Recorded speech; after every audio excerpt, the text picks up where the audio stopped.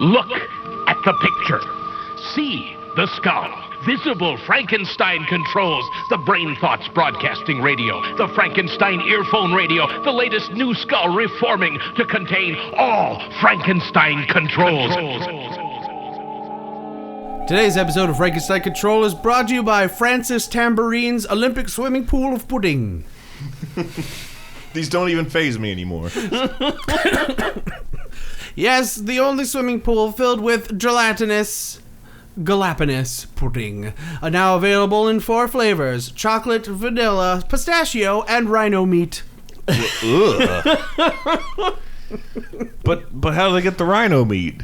Oh, it's okay. It's artificial rhino meat. Yeah, they use California condor talons. Oh, as long as it's not rhino. To create the rhino flavor. Very similar, I have to say. I've tried all 4 flavors going down to that Olympic pool. They let you do a big old cannonball right in there with your mouth open. You go, ah! It actually sounds kind of fun. Yeah, you bloop in there, and then you discover that you're more dense than the pudding somehow, and you will drown and die if you don't eat your way out of the pool of pudding. How deep is the pool? The pool is an Olympic-sized pool. With those 50-foot high dives? Yes. Oh my God! You just sink straight to the bottom of that. Yes. So it's like it's horrifying. If you've ever been in a high dive pool, you know that it is nightmarishly deep. And that is the same depth as the pudding. It's weird being in a pool like that. Mm-hmm. My when I was in 5th grade, we did this class called drown proofing. Where it was like a where they coat you in a bubble. No, it was weird. It was like half field trip, half practical experience. Half practical joke. Where every day, first we had like a week of class time every day in one of our classes where they would just talk to us about water safety and what to do if you fall in the water, stuff like that. And then we actually had like a field trip, I think for like a whole week. Like the whole class was bussed out to this pool in Annapolis, and it's a really rad fucking pool. It was the only pool in my life, or the first pool at the time that I'd seen in my life that had a beach entrance at one end. Mm-hmm. And I thought that was the coolest fucking thing I'd ever seen because it was really fun. A beach entrance? Yeah, when like the pool, instead of being like a straight drop off into the pool. Oh, it's a subtle gradient. Like a subtle gradient. Yeah. Just, like, the Lifetime Fitness I used to go to as a kid because my dad had a membership. That place had the same thing where it's just like this gradual. Yeah, where you just sort of wade down in there. It was pretty cool. I thought that was the coolest shit I'd ever seen when I was 10. I remember as a kid going to a pool like that, and then I was like pretending to be a fish that was evolving into a reptile. Oh yeah, like you do. For the first time, like crawling out real close to the ground. Like you do. It's fun. Probably narrating it out loud. Exactly. Like you do. Exactly. Like I said. That Lifetime Fitness also had a sauna. Oh, yeah. Right by the pool, there was also a sauna. So, like, you can get all wet, and then you go in there, and you get super dry because it's just, like, like completely arid in there. And that's pretty cool. And then, in the locker rooms, they had a fucking steam room. But I never went in there because there was always just, like, fucking old naked men be like, hey, yeah. Do you want to see my nutsack? I'm like, no, I don't. And it's like, well, too bad. Here it is. And you're like, ah! We didn't have to deal with that with drown proofing, but it was sort of weird, like having like swim time with all your classmates, and it was chaperoned by various parents who would assist the teachers with doing it. And my dad chaperoned it. It was fun, and it ended with. And I remember B-Rye. I was there. I remember your dad came up and he was just like, I remember nobody pants B-Rye in the pool and laugh at him. Nobody do that. Not a soul. And everybody listened to him, and nobody did. But yeah, the drown proofing ended with and the pool the reason I was reminded of this is the pool did have a like really really super deep end. Ooh. Like super deep, and it was cool to like go underwater in this super deep end because there was a high dive. Oh, wow.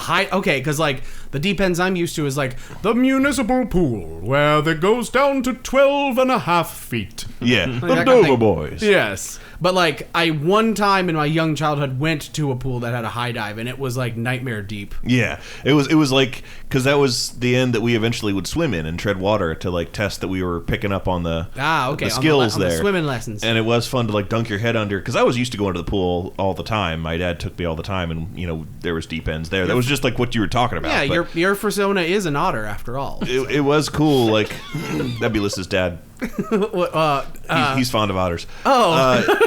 fond. Yes. No wonder he says, "You are my second son. Um, You are an otter boy." Yeah, but it was cool to like dunk your head under the water and look at the nightmare depth. With me, it didn't scare me so much as I was just in awe. You were enthralled by the sheer volume of liquid. It was really fun when you watched people at the pool who were there to high dive and knew how to do it, and it was cool. And it was really cool being in the pool and being able to like go underwater and watch how far under the water they went when they did it. Like that part was pretty sweet. But yeah, drown proofing. The lesson ended at the exam or so, so to speak, at the end of the whole course was you had to jump in the pool with your clothes on and tread water for like 2 minutes with clothes and shoes on. So you had to bring a separate change of clothes and shoes that day, or else you were fucked. Yeah. And B-Rai wore all white. Ha ha ha ha! What an idiot! Yeah. All the children laughed at him. The day it was cool to just jump in the pool with your clothes on and tread water, and it was neat. And almost die. And almost die. Dude, seriously, like I'm scared to go off a high dive now because I'm afraid I'll just go so deep in the nightmare pool I won't be able to swim back up. Well, don't worry. When you die, you'll float back up. Oh, that's true. Eventually. Well, I'm filled with gases, so I'll balloon back up. You'll rocket to the surface like Swiss Army Man. Oh my God! Don't think I don't remember that Swiss Army Man was a thing that existed. I never saw it. I never did either. Apparently it was okay. Apparently it was good. Yeah, apparently it was pretty good. What's Swiss Army Man about? Swiss Army Man is about It's about one man weekend at Bernie'sing Daniel Radcliffe's dead body around as his only companion on a deserted island. But Daniel Radcliffe can talk to him. Yeah, it's about this guy who's on a deserted island in a plane crash, and the only other person on the island is a dead guy from the plane crash, and it's Daniel Radcliffe. And so he befriends his corpse, and because he has island madness, and he befriends Daniel Radcliffe's slowly decaying corpse and puppets it around and uses him to accomplish various tasks, like he uses his jaw to crack nuts and stuff, and that's why he's called Swiss Army Man, because he just uses him to do things as a tool. And at one point he uses his farts to jet propel him somewhere. Yeah. I'm not kidding. That's what happens in the movie. This sounds like the sequel to Dr. Dolittle. This sounds like something we made up. Is what it sounds like. It sounds like that's our movie pitch, but it's not. This is a real film. And who's in it? Daniel Radcliffe. And what is he? He's a dead body. That's right. He's dead for the entire movie. They never make a movie where it's so funny, right? He's just dead for the entire movie, and he farts. He farts somehow. And then I put in a fart sound effect. There it is. There's the fart sound effect. Do another one. Hey! All right. Now, do the last one, but this time, like, pitch shift it up and reverse it. Hey-oh! What do you think about that? That's what happens when you're making lots of work for her. That's what happens when you fart in 2020 and it sees what's going on. It goes back up your ass. God, I'm glad farts don't have a mind of their own. I'm glad too. They'd be angry at me for giving them life. Maybe that can be our movie pitch. The fart that thought. Guys, here's a movie pitch. So what if, this is really funny. They'd never do this. So what if they took that movie Old Boy that we all remember the fight scene from with the hammer? That Kippa showed us back in high school. If you were me and the crew, not you two, you weren't there. But what if they took that and did a really dumb American version of it, starring Josh Brolin or something? Oh, man, that would never happen. Yeah, that'd be a good movie pitch for us to do. And they have to make sure that they recreate all the scenes faithfully, but bad. Yeah. That's the key. There's a special. I don't know. It's a je ne sais quoi. The terrible, terrible quality they would add to it. And the acting has to be bad and wooden. Yeah. And totally lose any and all magic that it would get from being a foreign film. What a wacky thing that would be. Ain't that funny? It's a joke. I'm assuming that did happen. Yes. Yeah, it did. That's the joke. Josh Brolin is Thanos. Really? Yes, he is. Huh. They had to minimize his chin so he could be Thanos. Oh yeah, no Marvel movie has come out this year. That's weird, isn't it? Yeah, we've gone a whole year with no Marvel. It's a marvel. It's marvelous.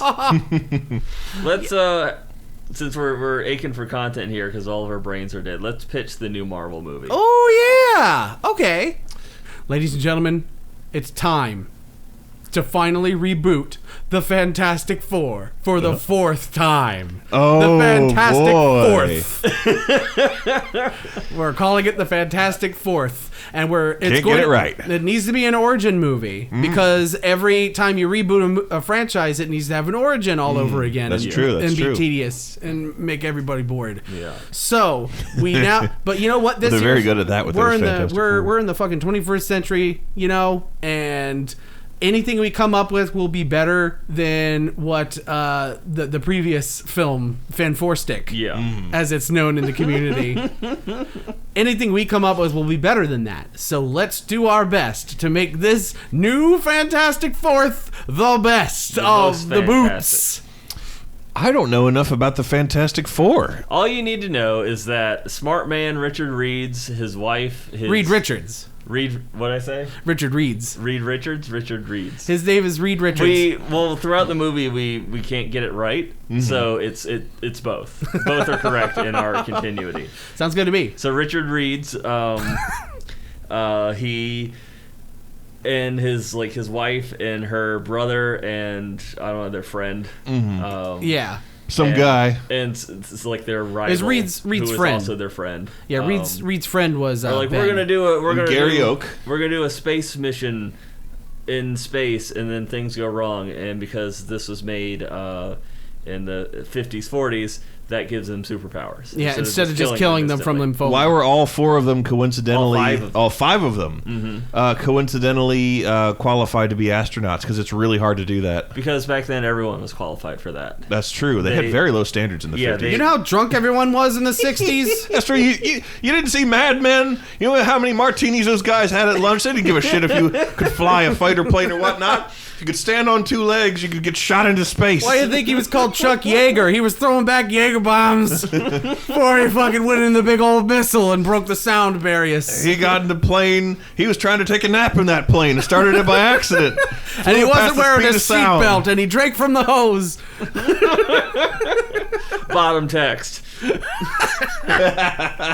Okay, but yeah, so basically, super smart scientist Reed Richards, his wife, who is pretty, and I forget the name of, her brother, Suzanne Storm, yes, and Johnny Storm, her brother, played by Chris Evans in the early 2000s. Yeah, Fantastic Four. Little baby Chris Evans, if you want to have a funny treat, and Ben Brickman, which I can't remember his real name, but he turns into the horrible rock man. Yeah. All I can remember. Ben, by the way, was Reed. From what I know, he was Reed Richards' college buddy, and basically they helped each other get through college. By cheating on each other's tests? Well, no. Reed would help Ben study, and then Ben would beat the shit out of him. Well, Ben was a popular football boy, and I think he got him involved with all the parties, social circles, and things like that. You know, things like that. Or maybe he just kept away the bullies. Although, like, bullies in college just sound like people who perform assault. Yeah, it's like it's not really a thing. Ben hooked him up with Quaaludes. Yeah. Yes, that's what it was. Ben provided Quaaludes to Reed Richards to get him through college. Well, anyway, Reed Richards is like, it's time to go into space. I'm gonna bring me and my rowdy friends and this obviously not evil man up into the sky. And this asshole. What's his name? Who cares? Oh, his name? Oh, it's perfectly serviceable Victor Von Doom. That sounds good. Let's bring his ass up there, you Czechoslovakian prick.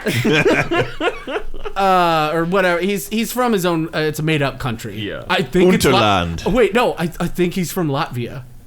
Capistania. I swear, I think he's from Latvia. That's the anyway. fictional country of Latvia.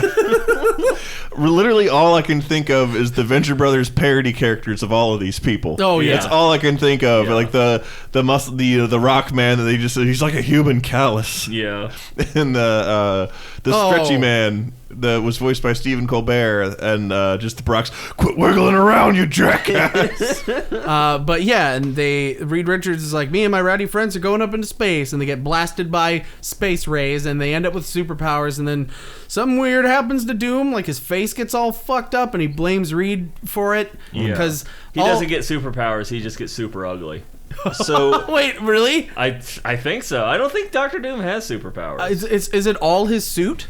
His I Doom think suit? so. He was Wow. like, oh, it made me ugly and evil because all ugly people are mean. But anyway, that's the premise of the Fantastic Four. They square off against Doom in comics and shiz. That's the Fantastic Four. Since we need to recast Doctor Doom, can we just have him be MF Doom? Because I'd love Yeah. for him to have a good vehicle. Of course. Yes, but in this case, what's going to happen is he's going to start off just looking like MF Doom, and then when he gets grotesquely deformed in space, he turns into Steve Buscemi. But still with MF Doom's voice dubbed over him. That's gonna say the entire he's acted by Steve Buscemi and dubbed over by MF Doom. Yes. And Steve Buscemi has to we have to lip sync MF Doom's lines. Here's the thing: is that it's not actually Steve Buscemi. It's Steve Buscemi's CGI likeness that is mocapped by MF Doom. So MF Doom is still doing all of the acting and everything. Oh, God. What we see on screen Looks like one of those low quality Snapchat deep fakes of Obama saying what you want to say. But it's Steve Buscemi. Terrorists. Michelle and I are terrorists. Exactly that kind of bullshit. So Abort babies. So we've That didn't sound like Obama at all. So we've casted MF Doom as Victor Von Doom. We need our all-star cast. So let's start off. Reed Richards, otherwise known as Mr. Fantastic. What actor do we want to see stretch? Justin Bieber. No, God. Beeb Richards? Yes. Yes. We'll have Justin Bieber, but we'll give him a mustache to make him look older. Yeah. Like Pretty sure he has a mustache. Well, we'll give him a bigger one. We'll give him a big, like, Minnesota dad mustache. Like a cowboy Yosemite Yeah, Sam okay, mustache. Big old, We give Justin Bieber, Reed Richards, a gigantic Yosemite Sam a mustache. big old Dutch Vanderland push broom. And he's like, ooh, that varmint. Okay, we have our super scientist, Justin Bieber, Reed Richards, with the Yosemite Sam mustache. Okay, who is the beautiful wife, Suzanne Storm? What's the woman that is in The Craft? Excuse me. The really hot goth girl. Oh, shit. I know who you're talking about. The Craft? Yeah, Like you shit. guys- Oh, God. Like Warcraft? Like, Is No, this the slang? movie from like the 90s. Like Witchcraft. Witchcraft, yeah. Oh. Fuck, what was it? Yeah, I know who you're talking about, but I can't remember her name. Oh, the Warcraft. Feruza Balk. Feruza Balk. Is that one word? No, this is her first and last. It is I, Feruza Balk. That's her. That's who's gonna be Suzanne Storm. Oh, put it up on the screen. Yeah, there's a Feruza Balk. She keeps the goth makeup. Yes. Okay. Let me see. You know what? That's a nice turnaround. Yeah, because we're trying to do this different because we know why the previous incarnations fucked up is because they didn't change enough of the source material. Yeah. So we want everything completely different. Okay, so now we already did the hilariously controversial race switch up of Johnny Storm back in the Fan Four Stick remake by getting Michael B. Jordan as Johnny Storm, and he's an adoptive brother. I think we need to bring this to the next level. And just get Michael Jordan? You read my mind. Of course. We get Michael Jordan as Suzanne Storm. Johnny Storm. Johnny as Johnny Says, Storm. hey, I'm Michael Suzanne Jordan. Storm. I'm apparently a huge asshole according to people's stories on Reddit that are half believable. He is Johnny Storm, Suzanne Storm's much, much, much older brother. No, he's her younger brother. That would be possible in the book series I'm reading. And we put Michael Jordan in like old person makeup. That's exactly what we do. He was born with progeria, nature's cruelest joke. Grandpa pants up to his nipples. He wears a white fright wig, like Doc Brown style. He just straight up wears like a Rick and Morty Halloween costume wig. Yeah.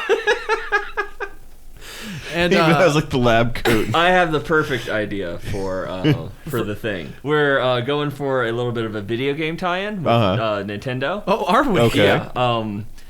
And we're also trying to cut down a bit on like our overdubbing because we're gonna have a lot of work to do with MF Doom and the whole Steve Buscemi thing. It's gonna eat up a lot of the budget. Yeah, that's where most of our budget goes, and all the have Slim Jims on that craft services table. Oh my god! The striking visual effects we'll also use, but the thing is played entirely by a CG character who is silent, and it's just Kirby with the with like the rock power up.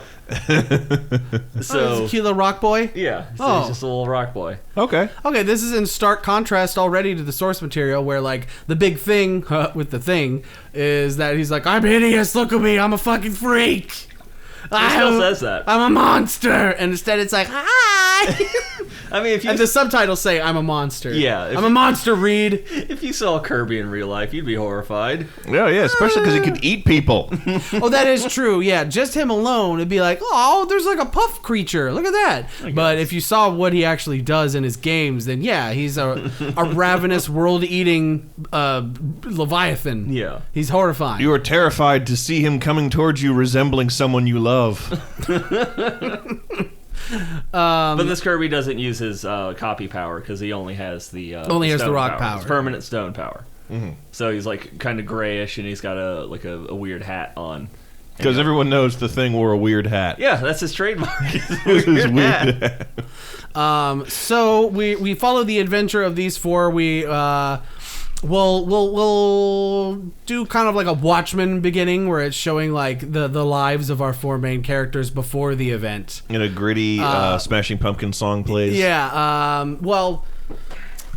Yeah. You know what? I like that actually. We'll play 1979 by the Smashing Pumpkins, so we can have Billy Corgan be like,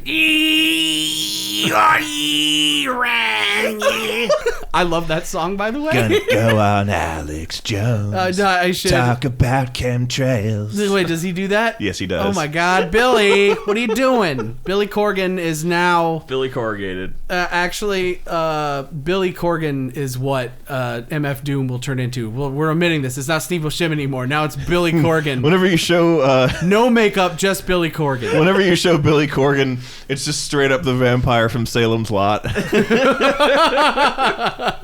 Yeah, we got to reuse some Mr. assets. Barlow.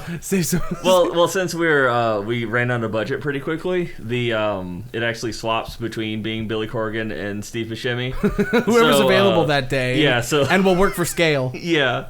So it just switches between it. There's never any explanation because, of course, none of the actors knew that the switch was going to happen, and they didn't have time to record new dialogue or shoot new scenes. So the reactions are genuine. Yeah, it just swaps. Oh, Ada, as a side note, the thing I love about having the Thing be a completely CG Kirby character is that now we have the opportunity to have all of our actors look at and talk to a tennis ball. Yeah. That's my favorite. Very genuine performances when actors are forced to look at a tennis ball. Oh yeah. Yeah, everything in this movie is on a green screen. There's no oh man, actual... yeah, we're straight up Star Wars Episode 2ing this. Yeah, everything is in a giant CG land, and somewhere Ian McKellen cries in a wizard suit. He's by the craft services table crying at the Slim Jims and those like square cheese Slim Jims that come with them. Become of acting. Oh. Anime was a mistake. Anyway, I saw a meme. I saw a meme that was like this meme better integrate into the Fantastic Four movie, and if it doesn't, you better find a way. Okay, it was just a meme. What this meme is going to be the main conflict of the movie. B-Rye, be careful. Yeah. No. Okay, then I won't say. So I think we're going to keep it simple. The main conflict of the series is that MF Doom is pissed off that he is an ugly Billy Corgan, Steve Buscemi man. Yeah, so like the beginning with the flashbacks and the pictures and the stuff like that, that all leads up to the rocket launch. He's a hologram. You know those like holographic things from the 90s where if you looked at it one way... the lenticular. Yeah, it was one thing. So like if you look at it one way, he's Steve Buscemi, and if you look at him the other way, he's Billy Corgan. Put on your 3D glasses now. Except it's called Buscemi Vision.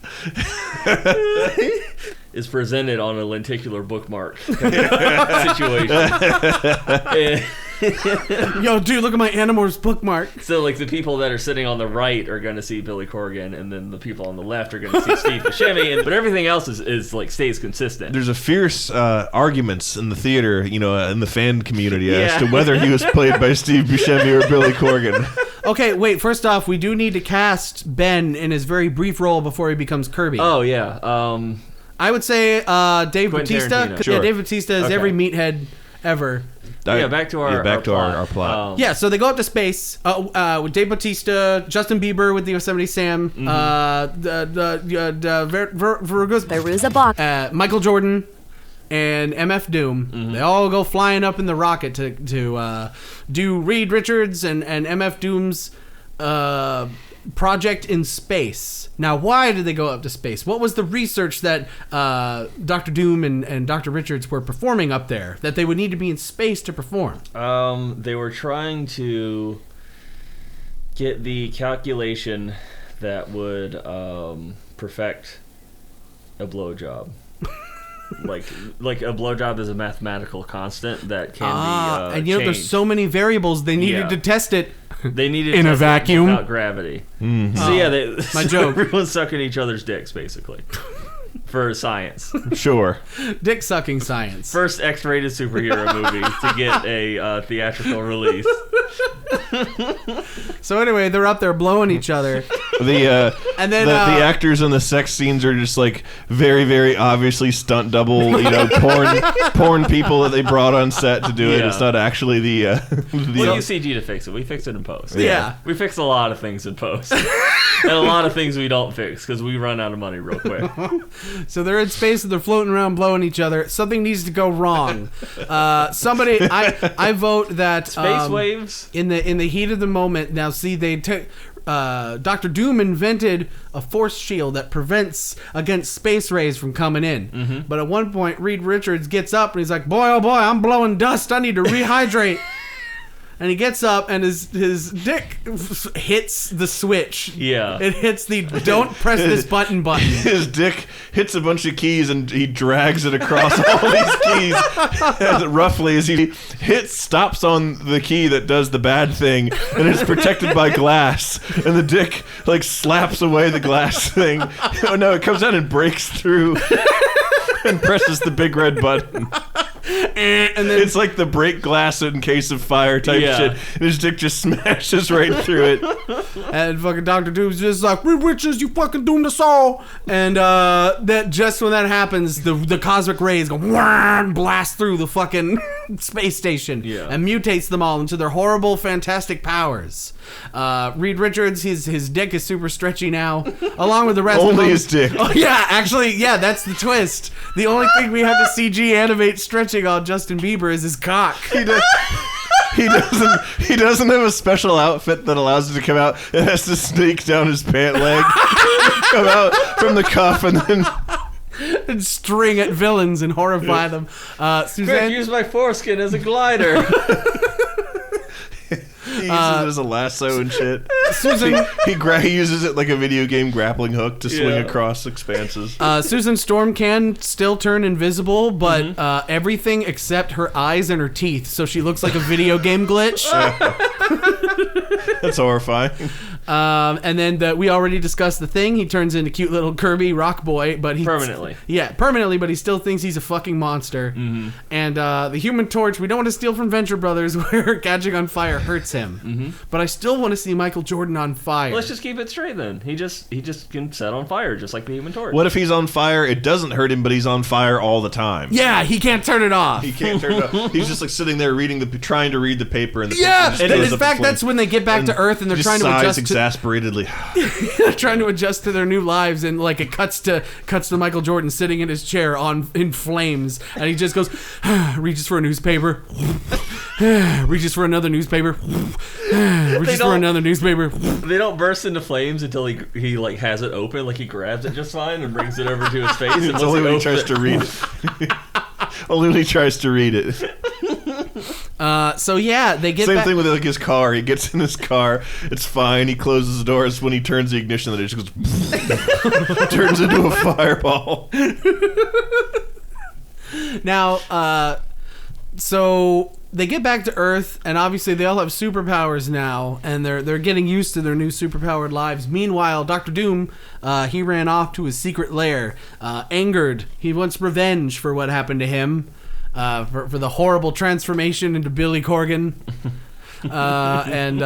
He puts on the MF Doom mask to conceal himself. He creates a super suit. Now, we all know that the super suit in the comic books is the classic Dr. Doom outfit. If you don't know, it's basically imagine Iron Man wearing a green robe. Yeah. And that's the Dr. Doom suit. In this, it's from the neck up, it's the traditional MF Doom mask, which is just the helmet from Gladiator. And then from the neck down, it's the Stay Puft Marshmallow Man Halloween costume. Oh my god. Still with the green robe. Yeah. But the green robe is like very obviously like a towel. Yeah, it's a tabard made out of towel. There's like toucans on the fringe or something. Yeah, it's like a beach. It's a beach like towel. Jimmy Buffett's restaurant experience. Cheeseburger in Paradise, $9.93. It's really faded. It's like clearly like the towel he uses to like mop up when the dishwasher leaks or some shit. It was formerly his sex towel that he puts on the bed. He doesn't get lube all over his sheets. I was gonna say you see him whip it right out of like a dog bed. This is our utility towel. Yeah. We use it for a lot of things. Okay, so what is Dr. Doom's evil plot to get back at Reed Richards and his superpowered friends for ruining his life by turning him into Billy Corgan? He wants to get a hold of one or both of their credit cards and then buy a bunch of shit on Amazon. Stuff that he has no need for. And embarrassing things, too. Yeah. He wants to order crates of butt plugs and stuff. Reed Richards, I don't think he'd ever be able to publicly recover with that many butt plugs on his wish list, his public wish list. Subscribe to a bunch of OnlyFans accounts. Yeah. Yeah, okay, so I'll tell you what, he has his business credit card and his personal credit card, and Dr. Doom got a hold of his personal credit card first, and so now they have to avoid getting the business credit card taken as well, because once the company finds out, then it's all over. The shareholders know you've been buying butt plugs. It's all over for you. So the group, in the meantime, while all this is happening, obviously Reed Richards, he's under duress. So this creates tension in the rest of the group. The Thing, he's all distraught about his appearance, looking like a fucking freak. There's a falling out, because there always is in these stories in the third act. They come back together, and when they do, there's a fantastic fight scene at the end. Wonderful. You're gonna love it. Between all of them at once. Free for all. Yes, it's all of them. Yeah, every man, woman, or Kirby for themselves. All of them are fighting each other, and Dr. Doom is in there fighting them and himself. They're just Chris Farleying through furniture. Yes! Oh my god, there totally needs to be a scene where the Stay Puft Doom falls. Chris Farley's onto a coffee table. Yep. That is absolutely part of the final fight scene. There also needs to be a scene where, like, this is happening in, like, the hideout of Dr. Doom, and there's, like, suits of armor on the walls, and, like, he pulls out a rapier and has a sword fight with Justin Bieber's stretchy cock. At one point in the movie, you see both Steve Buscemi and Billy Corgan separately fighting two different people, and it is not touched on. And in the next scene, they're a single entity again, and it's never touched on. The majority of the fight for Susan, you just see this pair of eyeballs and teeth just like bouncing around in the background doing who knows what, because they're just eyes and teeth. And then Michael Jordan, he's on fire. Michael Jordan's just on fire, and like everywhere he walks, he just keeps setting shit on fire. In fact, he's the one that's least invested in the fight. He goes into the kitchen, opens the fridge, catches that on fire. The sprinkler system's going off. The room is slowly getting really like wet and slippery and muddy. He gets into the fridge and he manages to get out all the ingredients to make like a giant Scooby sandwich. Yeah. And the second he like picks it up and unhinges his jaw, it burns. It vaporizes. The food turned to ash. trash in our mouths. And so to wrap it up, the fight ends when the group finally does come together, and they use Justin Bieber's stretchy dick as a slingshot to launch Rock Kirby, who had been caught on fire by Michael Jordan. And Susan Storm is the one to pull back the slingshot, and they fucking fire it at Dr. Doom right in his Billy Corgan face, and they fuck him up so hard that he turns back into MF Doom. And he goes, "Yes, now you don't need to use the rights for me in other movies, Disney." Whoop whoop. And then that's what MF Doom says when he celebrates on his famous album. He goes whoop whoop, and everyone says, "God, that's the coolest thing I've ever heard in my life." And then right before the credits, Quentin Tarantino walks onto the whole like fucked up wet. Quentin Tarantino. Quentin Tarantino himself walks into the middle of like the fucked up destruction and moist sprinkler water everywhere, and just says, "The aristocrats," and then the credits roll. and that's the movie.